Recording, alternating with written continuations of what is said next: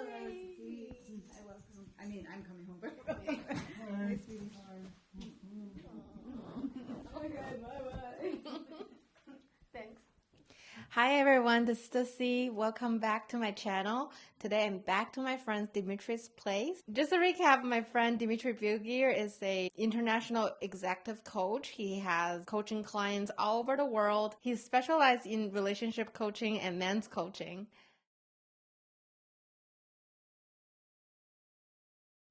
I'm excited. Now I have my friend Dmitri with me again, and this is our third videos together, and today we're going to talk about some of the questions that we've received since our second video.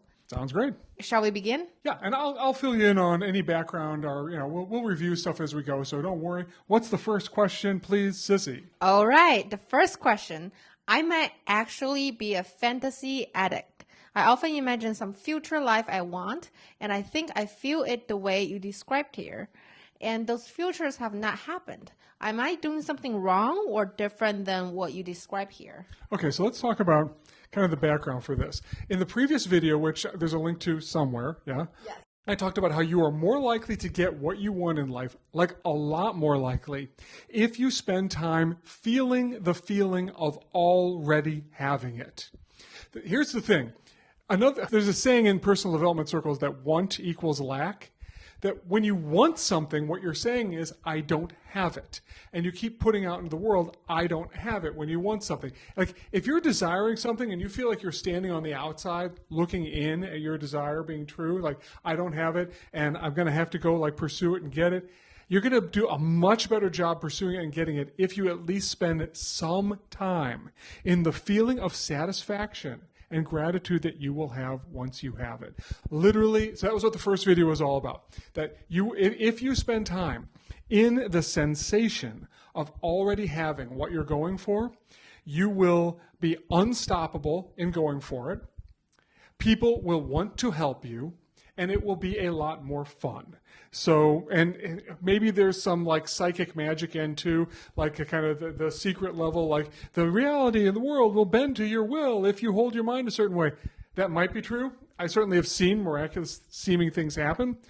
But really, if you're going through life saying, I don't have this thing and I want it, you're just going to be someone who doesn't have it. You need to spend time feeling the way you will feel when you have it. And this is very, very counterintuitive. The example is you must be spending time, I say every day, in the feeling of having your goals fulfilled. That will make you much more relaxed and able to take beautiful action towards it. So, getting to this man's question. I do spend time fantasizing all the time about what I want, but I never seem to have it. And there's a difference between fantasizing about what you want and like feeling like, oh, wouldn't it be great if I had that? And oh, having that would be so great. There's a difference between that and I have it, right? That, I mean, a lot of people sit around having sexual fantasies all day, but they don't end up having that sex life. And a big reason they don't is because when you're fantasizing about something, there's two ways to do it. You can do it standing on the outside, looking in, wishing you had it, right? Which is never going to get you what you want. Or you can be in like this is the satisfaction that I would have having it. So, and I'm pretty sure you are probably not spending your time feeling how great it is to have it. You're probably spending time in how great it would be to have it. And those are very different things. Does that make a difference? Yes, yes. That makes sense? So, okay, that's question one. Question two? So the second question is there a second step that will happen after this? Like after feeling how it feels to realize this future, to imagine what you are doing, or, I mean, some kind of strategy and action is always going to be required, right? That depends on who you talk to, right? There is a mid-20th century Christian mystic named Neville Goddard. I've read a lot of his stuff. And his whole way of thinking is, no, what you do is you dwell in the feeling of the one fulfilled, and then you don't do anything. And then it just happens. Maybe that's true. Does that sound true to you? It doesn't really sound true to me. But I think what happens is, rather than having to push the river of life, it's much more of a pull, or you can go along with the flow. If you spend time in that feeling of, I have the satisfaction of my desire fulfilled, you'll be called or drawn to do things. And those things that you'll be called to do or drawn to do will be actually easier for you. I'm working on a new workshop right now. When I look at I put together a video for it and a webpage, all this stuff, and I look back, I'm like, I don't even really recall ever working on this. How did this happen? And what happened was I put myself so much in the feeling of, wow, that was a successful workshop, that I just automatically did this stuff. And I think that's really the goal. I mean, does magic happen if you just sit in the one fulfilled and that feeling of it, and then bang, the universe conforms to you? Maybe, but I think it really opens a door for taking action inside of yourself, an action that is like not difficult to do, action that just happens. It's not an ordeal. And I think that's really what we should be going for. If we look back on it and say, wow, I did a bunch of stuff. How about that? I didn't even mean to. And this way of framing your consciousness of, I have that feeling of satisfaction, of gratitude, of like, I did the thing and I have it, or it came to me and I've been given it. You're more likely to easily take action from there. It's actually not complicated. It's hard to get your head around. What we all want to do is we want to be like, I will work and suffer and struggle, and then when I've achieved the thing, I will feel that I achieved it. Right? Unfortunately, then you're taking action as the person who doesn't have the thing, which is going to make you harder to take action. People are going to be less likely to help you, and it's going to be less fun. But when you really are like, all right, I succeeded in this. I'm there. It happened. Oh, I'll do this, this, and this. Those things are easy, obvious, and fun. So. There is one other question in the room. Not just one. I have several questions. All right. Do you want to ask a question? Yes. My question is, how do I apply this to dating? Yeah, right. Because you've been in this thing where you're like, I would like to be in a relationship that really blows my mind, right? A committed relationship. Yeah, a committed relationship that blows your mind. You're super happy. You're surprised and delighted every day. I mean, I've been talking to you. You're wanting to do this stuff. And the problem with starting to jump into dating is it really grinds into you the feeling of not having the thing you want, right? Because you're pursuing it, so you're always saying, I don't have it, right? It gives you many opportunities to be disappointed, right? Okay. Right? Online dating, meeting guys, many opportunities to be disappointed. I wouldn't say it's disappointing. It's more like we're not the right fit. Okay, well, but many opportunities to feel the lack of what it is you want. Yes. In some ways, more than if you just stayed at home and didn't think about dating. Right? So it's like what was that line from, you didn't watch Ted Lasso, but there's a line where they say, it's the hope that kills you. And while I have many problems with that statement, there is a way in which when you hope for something and don't get it, well, that can be harder than not thinking about it at all. And now you're hoping for a relationship and wanting that to happen. So how do we apply that to this? Well, you need to be spending time, in my judgment, every single day in the feeling that you will have when that relationship has occurred. Now, I don't think you need to get all detailed in like, oh, he'll be 6'11" and have a 12-pack and make $1 billion. That's not what I'm saying. It's like I don't think this person exists. Maybe he's a basketball player. But what you want is the feeling, right, that the right man will give you.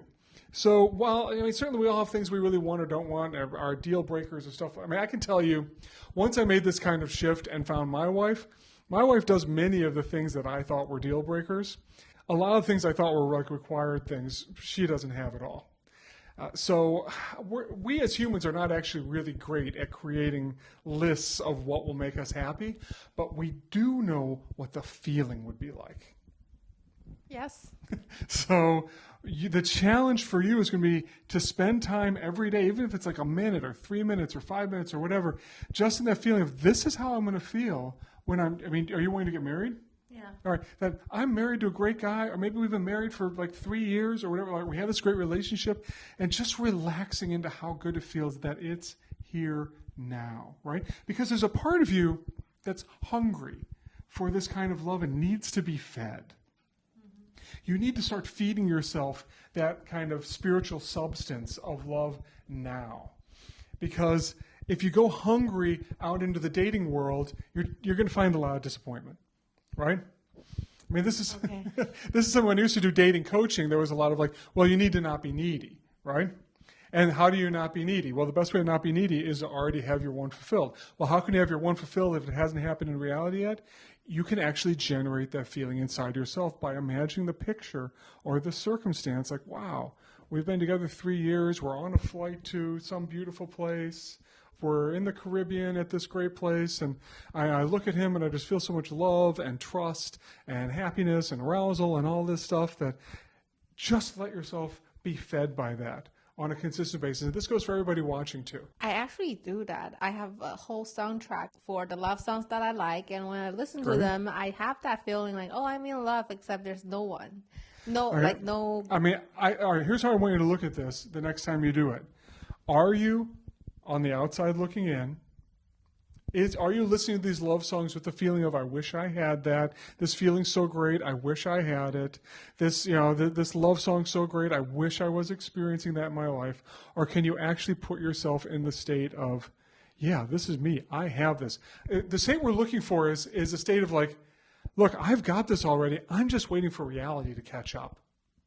Right? That's the level of conviction you could have, and I guarantee you don't. It's a very easy thing to fantasize about something, but to still be standing on the outside of it. Right? You need to get into it very simply, very gently. Like, make a picture of in your mind of like where you might be with him or what it would be like, and just relax into that and let yourself just say to yourself like, it's done, or I have this. So, and that's what we all need to do to be more like the other people who really get things done in the world. We talked in the last video about how Elon Musk is like that. He has certainty. There was a guy who talked about how he worked with Elon Musk, and the only reason he quit was he thought it wouldn't work. Elon Musk knew it would. He was already there, right? And you can think a lot of things about Elon Musk. I know I do. But he has that visionary capacity to be able to be where he's going. And that's what you need to do too. Not look at it and say, wouldn't it be great? Oh, that'd be so nice if I had that, but I don't. But to really be in like, I am there now. I am just waiting for reality to catch up. And if anything, if there's one phrase that I'd leave you all with, that would be it. You need to learn to be there now. And that's not always easy. It will tend to bring up your resistances to that, or all the reasons why that could never be true. And we talked about that in the last video. So go back and look at that if you find you have problems with this. It's not always easy. It's simple, but not easy. So how does divine timing play into this? What do you mean? Say more.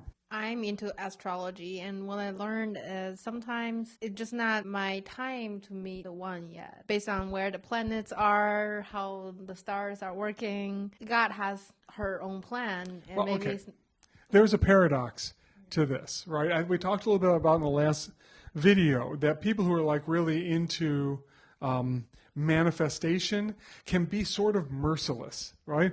Oh, you have cancer? Well, what bad thoughts did you have to bring that about? Bah, like, oh, you're starving to death in some third world country? Well, that just must be what you wanted this life. Like that's horrible. Don't be like that. We need to be compassionate. So I think there is a paradox. On the one hand, there is like the states which you hold in your mind, they create your reality. But I think we also need to stand in this thing that's like, sometimes there's just a higher power that's greater than us. And that higher power can do things that sometimes we don't like or make us wait in ways we don't like. And it's our job to like find what they say in Sufism, to find the subtle mercies in the difficulties that the divine may put into our lives. So it's a back and forth kind of thing. When I studied Sufism, they're very big on like, hey, Allah is big, you are small, Allah does stuff, deal with it, right? Which is almost the opposite of what we've been talking about. Sometimes you need to spend time there. I mean, my best friend just died of cancer, right? I going to him and saying, hey, what bad thoughts did you have? If that's horrible, I need to be like, yeah, sometimes the divine does stuff, and we just have to grow through that challenge. But other times, like, there's nothing astrologically stopping you from fully feeling what it would be like to have that relationship now. There's nothing stopping you. And really, that's what you want. You want that feeling. That's why you want the relationship. Everything we want because we want the feeling. Start giving it to yourself now. okay. Can I ask another Yeah. question? So, say I practice to have this feeling with me, and then I go out to meet guys. On these days, I don't have that feeling, so I end up rejecting them. But then on the other hand, sometimes I feel like it takes time to build that feeling. So, how would I know I'm... But imagine this. I mean, you go out on a date and you're like, look, I already have, in your mind, right? I already have the perfect relationship. You know, I already have it. I feel it every day. I already have it. Either you're gonna be that guy or you're not, but it doesn't really matter to me.